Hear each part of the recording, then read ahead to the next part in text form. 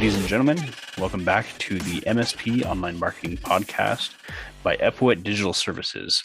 As always, I am your host, Chad Lines. If I sound tired today, it's because I am. Usually what I do is I write the script for an episode about a week or so in advance. Then I read through it a few times the day of before hitting the record button. Tonight, it's a little bit different. I just finished the script and it's a little raw. No extra editing or revisions on this one. And I thought that maybe the best way to deliver the content would be to honor that. So this is a different type of episode, maybe a little shorter than normal. After all, it's close to 11:30 p.m. I am recording from home tonight.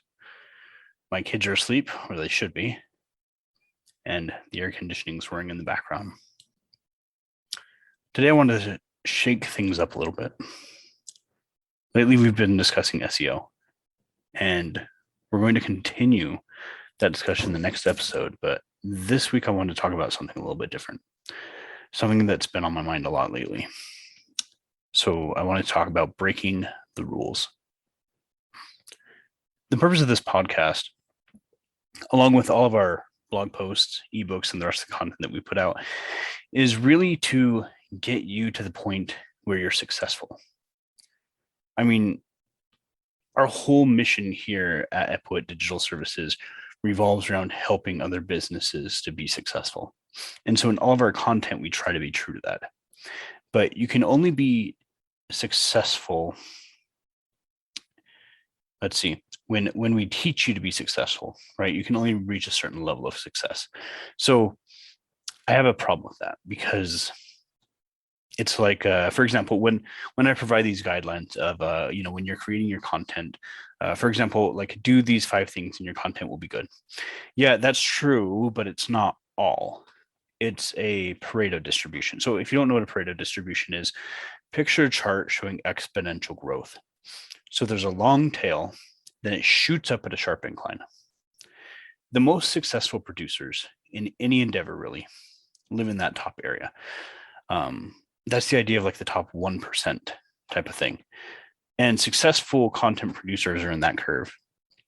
And then the vast majority, probably 80, 90%, maybe even more, are in the long tail where there doesn't appear to be much growth.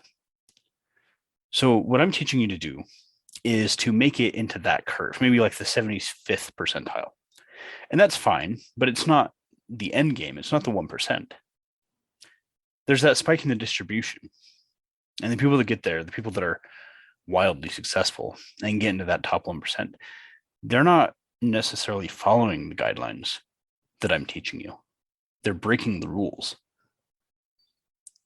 So then you could ask, well, why bother giving the guidelines in the first place if you have to break them in order to be wildly successful? And really, there's 2 reasons.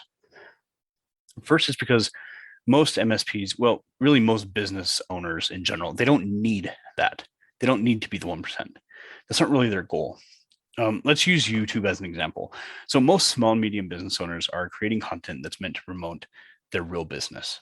YouTube, or rather their YouTube channel, that's not their real business. And so being in the curve is fine for them. It's going to give them the return on investment that they want, and their business is going to grow because of it. Secondly, it's because you can't just go into something as a complete novice and start breaking all the rules. It's going to be a mess. You have to know and apply the basics, tactics, and strategies first. And when you know what you're really doing, then you can begin to break the rules, because at that point, you know which rules you can break. And it's not something that can necessarily be taught. You kind of have to see it for yourself. You have to get to know your audience really well. You have to know your brand really well and why people like it. And once you have a lot of that stuff under your belt, then you can say, well, things might actually work better if I break some of these rules, and you'll be right, or you'll be wrong. But if you're wrong, you'll know why you're wrong. And you'll be able to make that mistake intelligently and without it killing you. And you'll also be able to learn from that mistake and do better next time.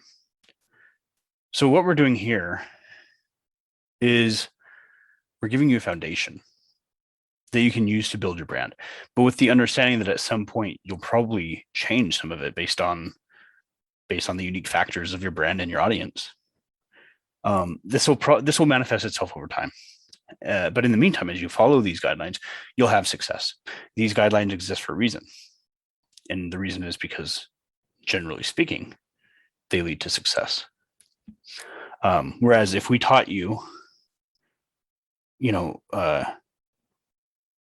strategies for breaking the rules, for example, like how not to do something, that could backfire, because without proper context, without all that homework that you've done in the background, without a in-depth and intimate knowledge of you, your business, and your audience, it just won't work.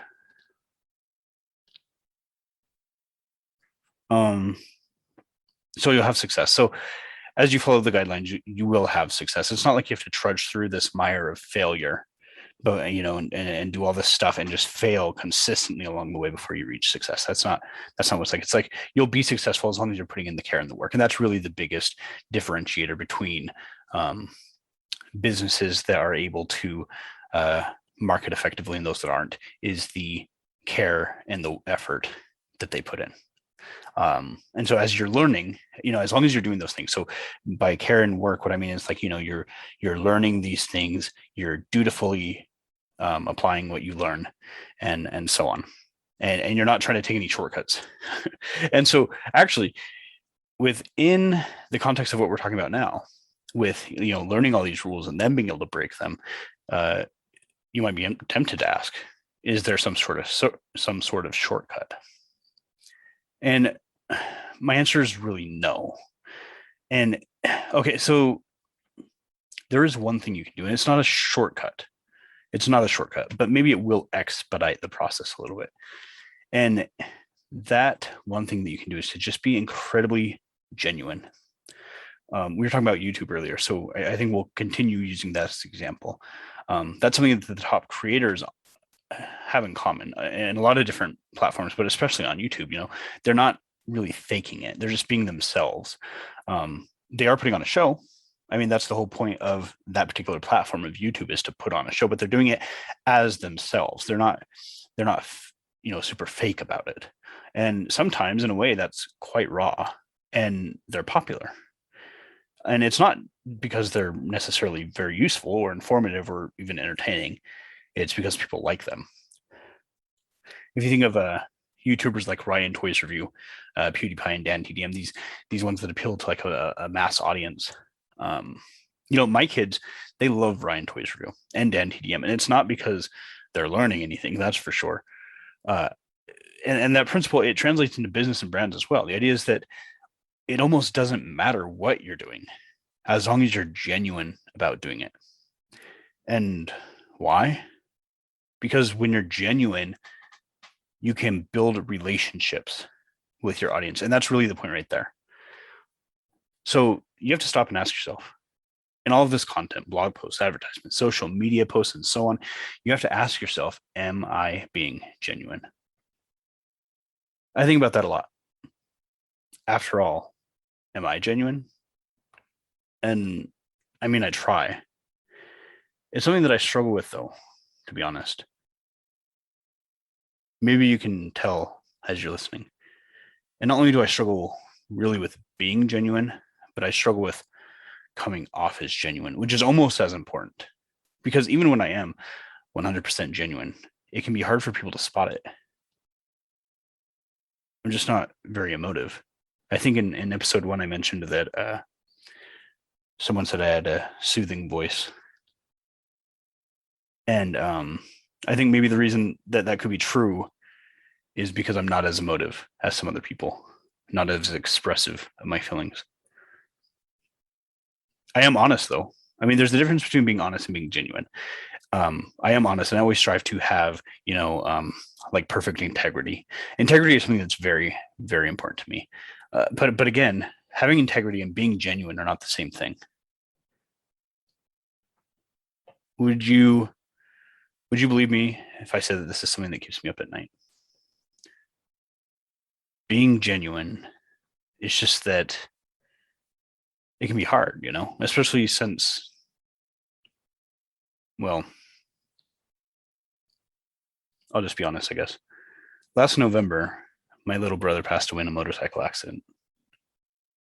He and I were pretty close. We talked every day, usually several times a day.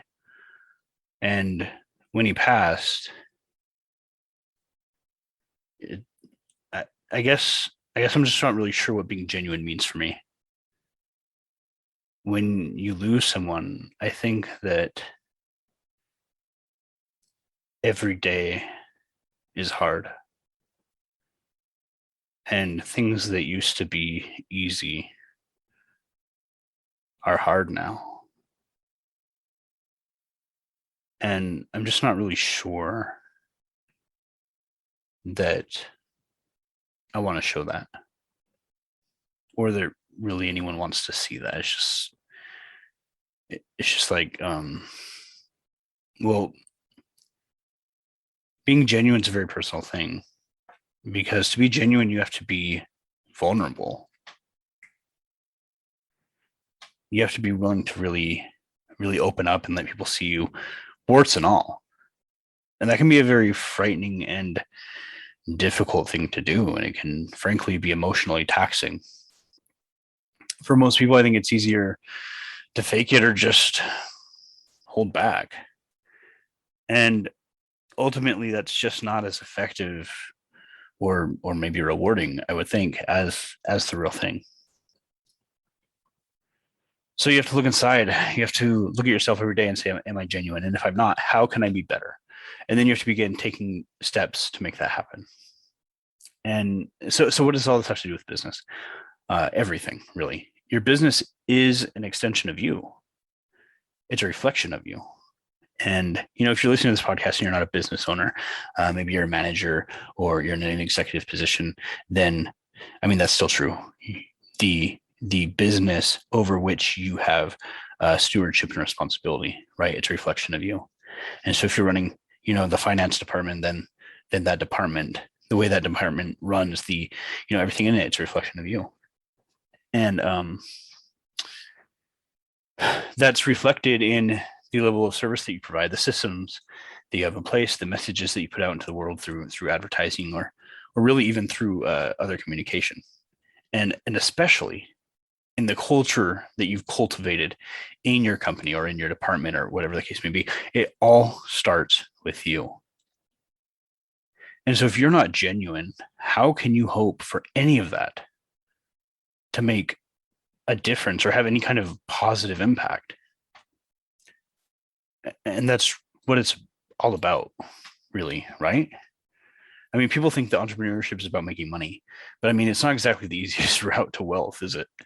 You can make more money as a corporate desk jockey than 9 out of 10, maybe even like 99 out of 100 entrepreneurs. The vast number of entrepreneurs are not, selling technology and making millions off it. They're grinding day in and day out to make ends meet. And I assume that if you're listening to this podcast, that 9 out of 10 of you are in that situation. You're trying to get out of it. So, okay, so let's get back on track. So what have we covered so far? First, following the rules will grant you a certain level of success. And honestly, that might be enough for you. It really might. I don't want you to take away from this that by doing all this stuff, it's hopeless and you're not going to be successful. No. You can have a perfectly successful marketing operation for your business just by following the rules. That's why they are rules, is because they work. Okay.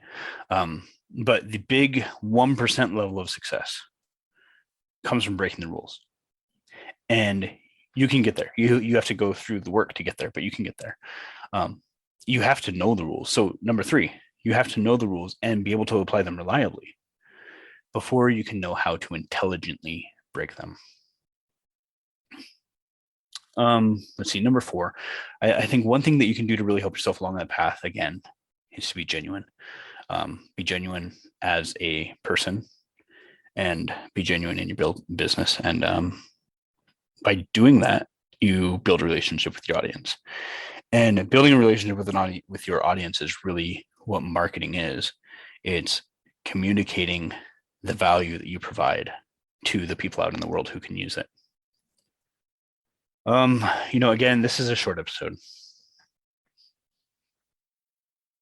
And I think it's genuine. I hope that you found it useful or thought provoking. In this podcast, I always try and give you some actionable advice. I'm not sure I've done that in this episode. So here's my advice: learn the rules. First off, strive to be genuine. And when you get to the point where you know the rules well enough, break them, throw them away, and do things your own way. Forge a path of your own. So that's all for today. I wish you all a good night. Hopefully you're not listening to this at 11:30 at night. But good night.